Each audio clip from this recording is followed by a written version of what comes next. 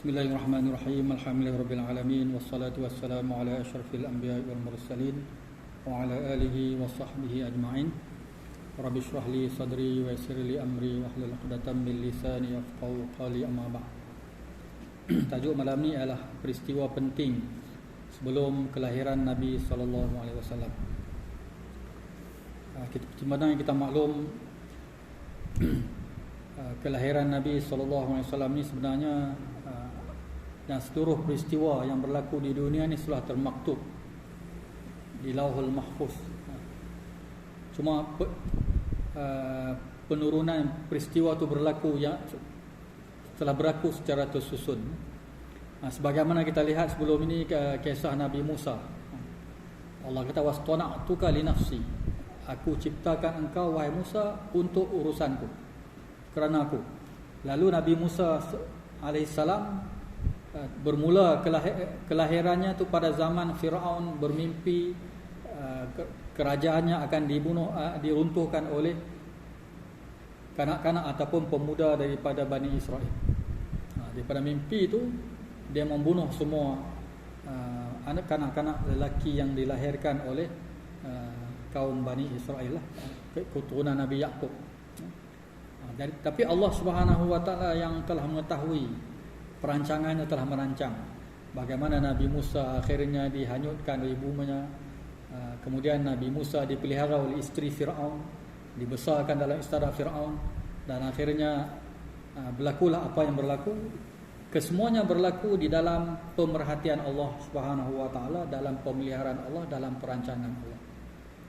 Begitu juga Nabi Muhammad sallallahu alaihi wasallam juga, baginda lahir daripada keturunan para nabi ataupun keturunan Nabi Ibrahim daripada zuriat Nabi Ismail alaihissalam, yang akhirnya datanglah kepada Nabi Muhammad sallallahu alaihi wasallam. Satu perkara yang disebut oleh Nabi, dia adalah manusia yang lahir daripada keluarga melalui sistem perkahwinan yang sah. Ini satu perkara yang penting.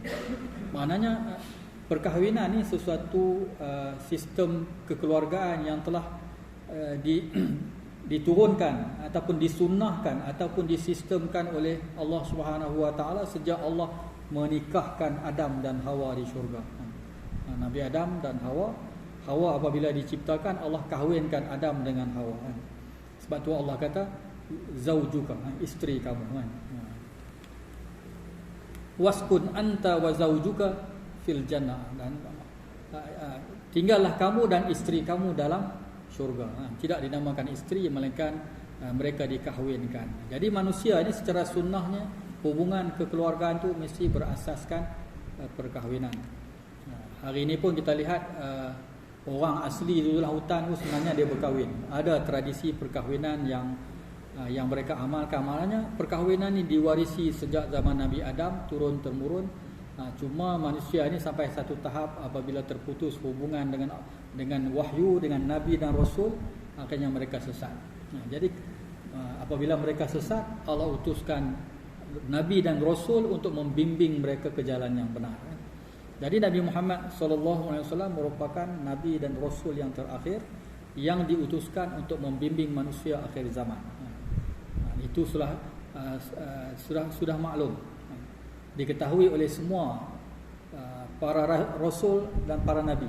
Nabi Musa pun tahu Nabi akhir zaman adalah namanya Muhammad. Sebab tertulis dalam kitab Taurat dan Injil, Nabi yang terakhir namanya Ahmad ataupun Muhammad. Jadi maknanya orang Yahudi pun menunggu-nunggu Nabi terakhir. Jadi kelahiran Nabi SAW, Nabi yang terakhir, Rasul yang terakhir ni daripada bangsa Arab, bukan lagi daripada keturunan Ishak, Yaqub ataupun Bani Israel. Yaqub tu Israel, bukan daripada keturunan anak-anak Israel. Kalau kita sebut Israel tu nama kepada Nabi Yaqub. Hari ini kita marah pada bangsa Israel. Sebenarnya mereka keturunan anak Nabi juga kan. Tapi mereka beramal dengan ajaran kitab Taurat. Mana kitab Taurat sebahagian kitab yang diturunkan, kitab yang kita wajib beriman. Kitab Taurat, Zabur, Injil dan Al-Quran. 4 kitab yang kita diperintahkan beriman. Taurat diturunkan kepada Nabi Musa. Zabur kepada Nabi Daud. Nabi Daud ni selepas daripada Nabi Musa. Zaman lepas Nabi Daud, Nabi Sulaiman. Nabi Sulaiman anak kepada Nabi Daud. Lepas itu datanglah Nabi Isa alaihissalam. Nabi Isa alaihissalam juga kelahiran baginda menakjubkan juga, daripada Maryam tanpa bapa kan. Allah jadikan Isa tanpa bapa. Kemudian orang Yahudi mengatakan Isa itu anak Tuhan. Lalu doktrin Trinity itu diajar kepada Bani Israel, yang menyebabkan akhirnya mereka sesat. Sebab tu Allah kata mereka al-dallin, ghairil maghdubi alaihim waladdallin. Bukan jalan golongan yang dimurkai, bukan golongan yang sesat. Bani Israel Nasrani sesat sebab apa? Sebab mereka menyembah berhala salib. Berhala salib itu bukan ajaran daripada Allah Subhanahu Wa Taala, tetapi dia ajaran baru ciptaan Yahudi untuk menyesatkan pengikut-pengikut Nabi Isa alaihissalam. Baik. Satu peristiwa pertama yang penting sebelum kelahiran Nabi sallallahu alaihi wasallam ialah peristiwa Abdul Muttalib bermimpi memerintahkannya menggali telaga Zamzam. Sebenarnya sebelum kelahiran Nabi, telaga Zamzam ni sudah terkambus hampir 100 tahun lama. Hasil daripada peperangan yang berlaku antara orang Arab. Lalu disebabkan mereka terkepung, mereka simpan senjata, emas semua dalam telaga dan dikambus, menyebabkan telaga Zamzam tertimbus sampai zaman Abdul Muttalib. Abdul Muttalib ni datuk kepada Nabi SAW kan. Kisah ini dicatat dalam satu sirah yang dikarang oleh kitab Sahih Sirah An-Nabawi, yang diriwayatkan daripada Sayyidina Ali bin Abi Talib. Kisah ni kisah Ali bin Abi Talib, sepupu Nabi. Abdul Muttalib itu pun tok wan atau datuk kepada Ali bin Abi Talib. Sayyidina Ali radhiyallahu anhu berkata, Abdul Muttalib berkata, tok wan dia berkata, inni lanaim fil hijri iz atani atin faqala li ihfir taybah qultu wa ma taybah qala summa zabah anni. Abu Talib berkata, aku sedang tidur di dalam Hijrul Ismail. Hijrul Ismail ni kalau kita ke tepi Kaabah tu, dia ada lengkong tu, ada pagar di tepi Kaabah tu, itulah di nama Hijrul Ismail. Dia tidur dalam tu. Ketika mana dia tidur dalam tu, datanglah seseorang dalam mimpinya. Dia kata, koreklah Taibah. Koreklah Taibah. Lalu dia berkata, apakah Taibah itu? Orang yang datang dalam mimpi itu tak jawab. Dia pergi. Itu malam yang pertama. Falamma kana al-ghadad raja' ila madja'i. Malam esok dia datang lagi padaku. Dan aku pun esok pun aku tidur dekat situ juga. Malam esok aku tidur kat situ juga. Lalu datang lelaki kepadanya berkata, yahfir barrah ataupun birrah. Birrah ni kebaikan, maknanya kebaikan ataupun boleh juga sebuah bijian, biji-bijian macam bali tu yang digunakan untuk makan. Tapi sebenarnya barrah ni adalah maksudnya kebaikan. Galilah sesuatu kebaikan. Dia kata wamal birrah, apa dia? Kemudian orang tu tak jawab, pergi.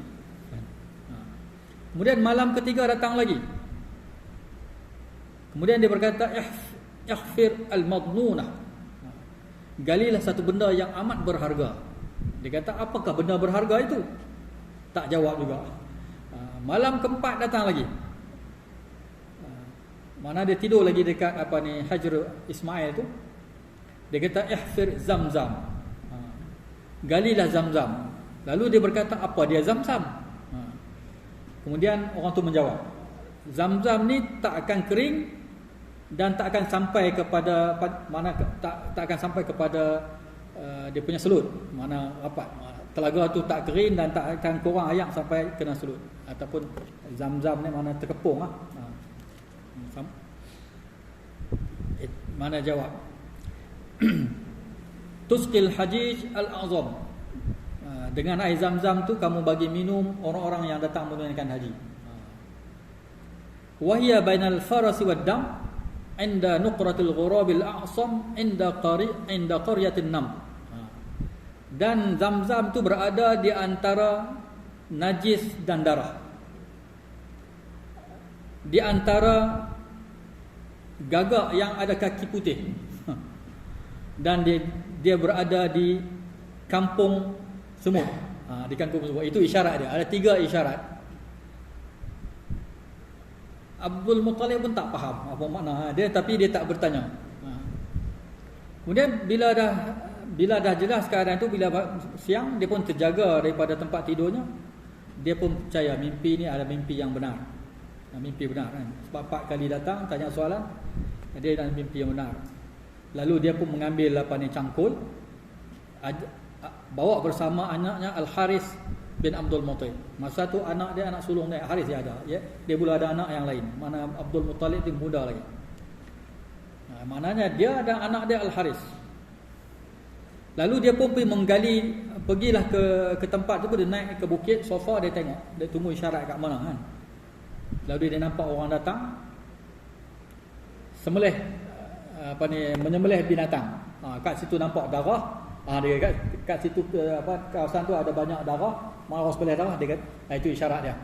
Kawasan darah dan najis. Mungkin itu kawasan darah, najis, kebau kat situ, unta kat situ. Dia kata kat situ. Kemudian dia turun kat situ. Dia jumpa banyak semut. Di sini kampung semut. Lepas tu ketika itu datanglah gagak. Gagak tu di tapak kaki dia ada nampak putih. Itu dia isyarat dia. Kat tempat gagak tu lah dia gali. Masa dia gali, orang Arab yang datang tengok, kamu buat apa Abdul Muttalib? Orang berheran, apa kamu buat ni kat sini kan? Jadi dia dengan anak dia saja. Lalu dia kata, aku sedang menggali telaga Zam-Zam. Dia sebut dia Zam-Zam. Orang Arab pun tak tahu. Akhirnya bila gali-gali, keluarlah air. Nampak air. Orang Arab pun datang ramai-ramai kumun. Dia kata, ya Abdul Muttalib, innaha bi'ru abina Ismail.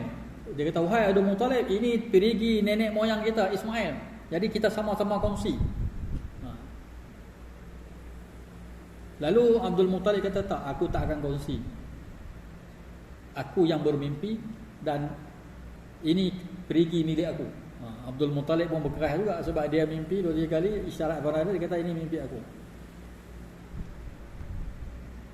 Maksudnya, maknanya telaga ini dikhususkan kepada aku, bukan untuk kamu. Aku diberi telaga, aku yang diberi petunjuk tentang perigi ini dan bukan kamu.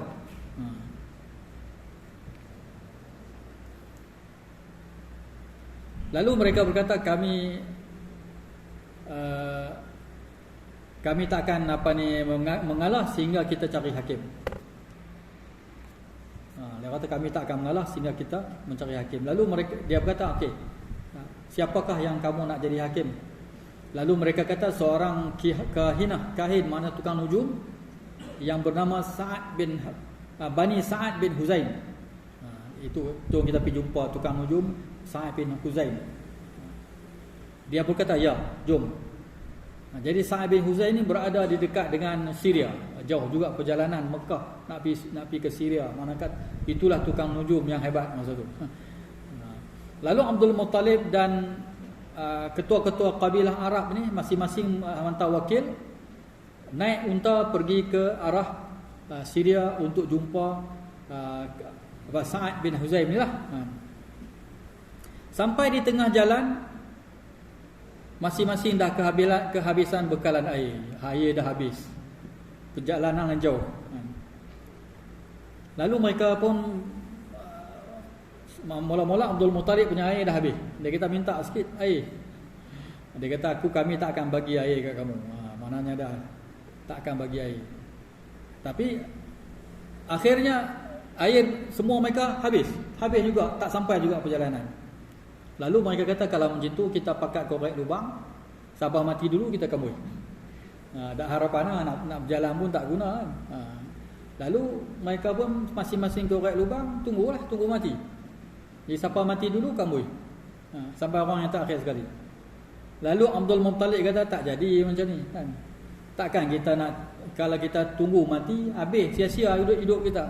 Lebih baik kita berjalan, mana tahu kita jumpa air. Itu idea Abdul Muttalib. Lalu mereka beredar, selepas berapa langkah saja di tapak kaki kuda Abdul Muttalib itu terpancar air. Lalu mereka pun pakat minum air kat situ. Hilanglah dahaga mereka.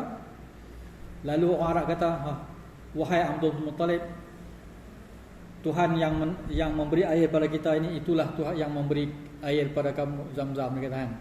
Jadi kita patah baliklah, sebenarnya memang hak kamu lah Zam-Zam tu. Itu cerita, dan akhirnya mereka pun patah balik. Lalu